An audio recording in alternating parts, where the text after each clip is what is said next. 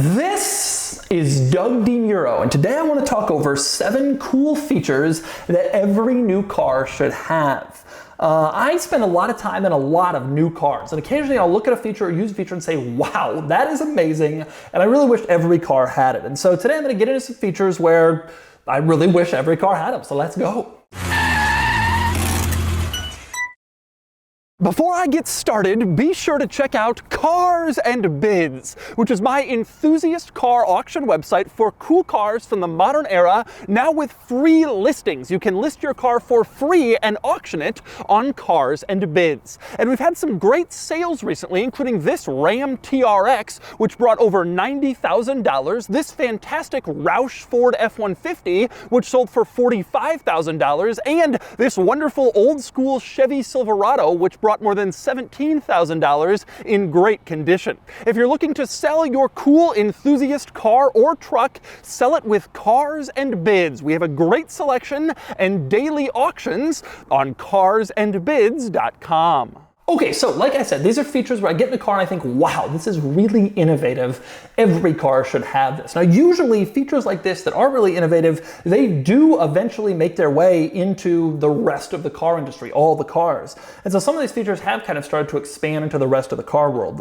So prepare for your car to have these features soon. But right now, they're only on a few cars and they should be on all of them, and these are the features. Okay, so cool features that every new car should have. One is a rear view mirror camera. Some cars have this now. Your rear view mirror on the inside is a mirror, but then you flip a switch and it becomes a camera. This is a brilliant idea because when you look into your rear view mirror, if you have like an SUV or a van, you mainly see headrests back there or cargo or passengers.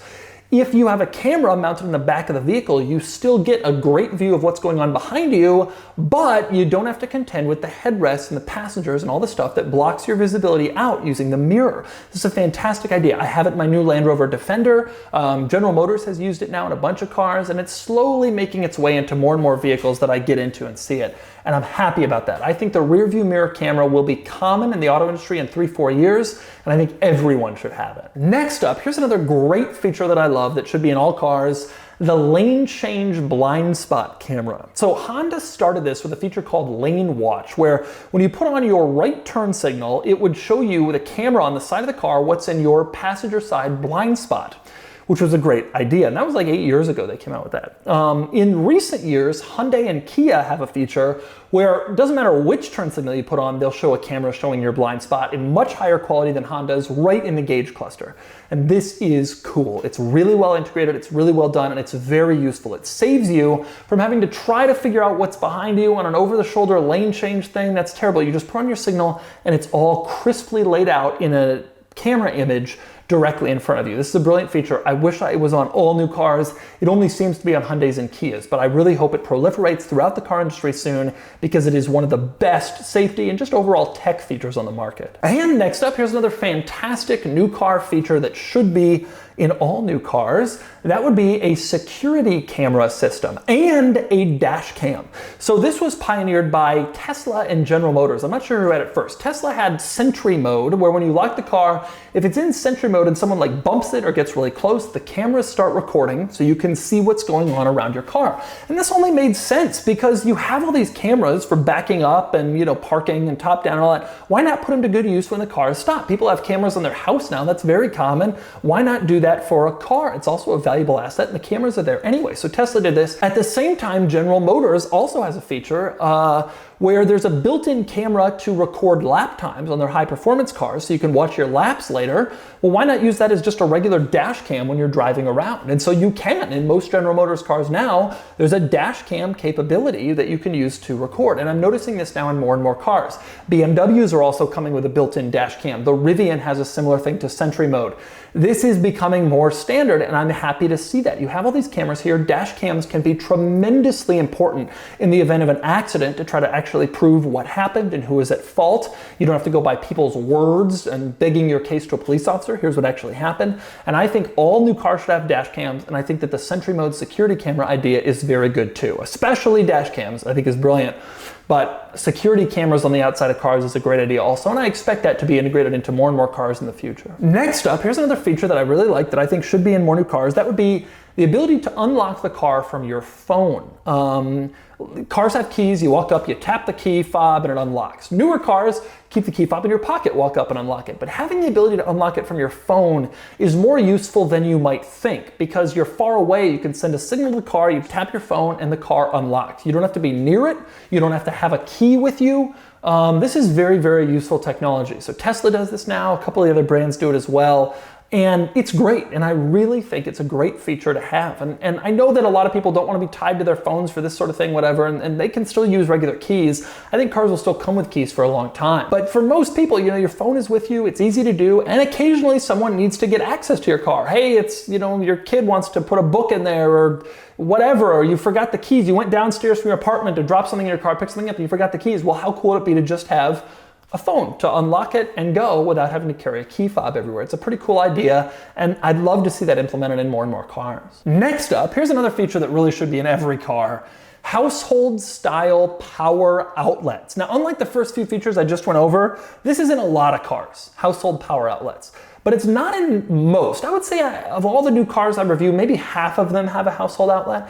It is incredibly, incredibly useful to have, and I really think that cars should have it.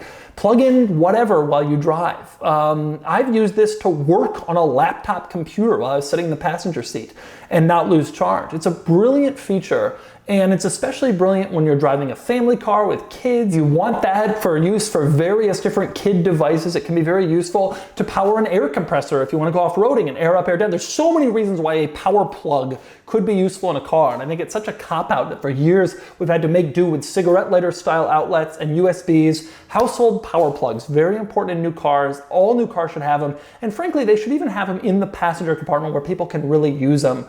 It's a really useful feature. Next up, here's another new car feature that I think all new cars should have soon: the ability to turn off the rear speakers easily. A lot of cars allow you to choose where the sound is positioned in a vehicle, but new Hyundai and Kia models have something called quiet mode, where you're driving along, theoretically in your van or SUV, your kids are asleep in the back, you don't want to wake them up, but you want to play music, go into quiet mode and the music comes up to the front seats only. I like this because for most cars, to adjust where the sound is positioned, you have to actually go into some deep buried menu and figure out exactly where the sound is, move it, and then you go into this mode. And the problem there then is, if you want the sound to be back positioned where you had it before, you then have to actually take it back to that exact spot. If you had it on some great positioning you don't want to change, just pressing a button to go into quiet mode and kill the rear speakers is a pretty good idea. So you're driving along, kids are in the back, and quiet mode lets you listen to music without waking up your kids. It's a cool idea. And on this subject,